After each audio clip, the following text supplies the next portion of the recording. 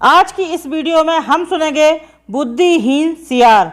एक बार एक सियार भोजन की खोज में भटक रहा था। भटकते भटकते वह नदी के किनारे पहुंचा। उसे आशा थी कि कोई ना कोई जानवर पानी पीने के लिए नदी तट पर आएगा, तब मैं उसे पकड़ लूँगा और खाकर अपनी भूख शांत कर लूँगा।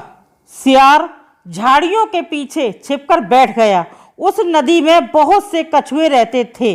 कुछ ही समय बीता था कि कुछ कछुए पानी से बाहर निकल आए।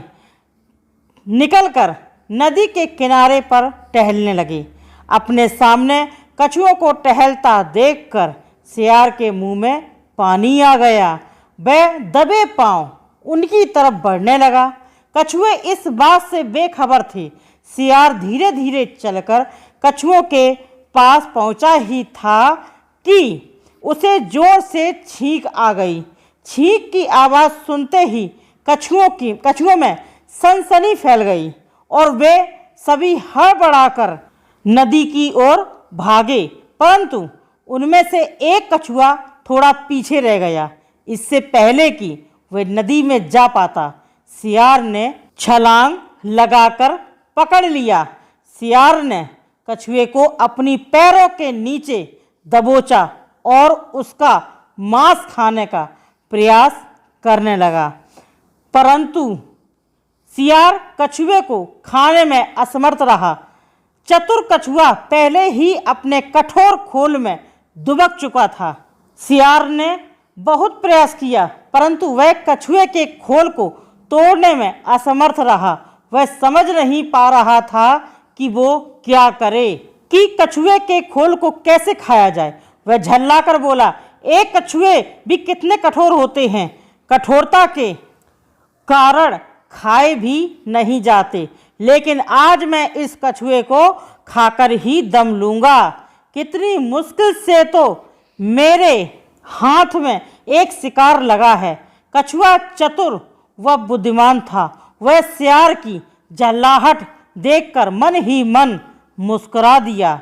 वह बहुत ही विनीत भाव से बोला, सियार महाशय, आप बेहद न समझ हैं। क्या आप जानते नहीं कि कछुओं का खोल जब सूखा हुआ होता है तो वह अत्यंत कठोर होता है।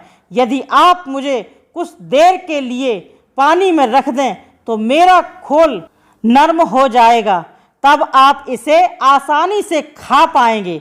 मैं जानता हूँ कि आप भूखे हैं, लेकिन आपको थोड़ी सी प्रतीक्षा तो करनी ही पड़ेगी।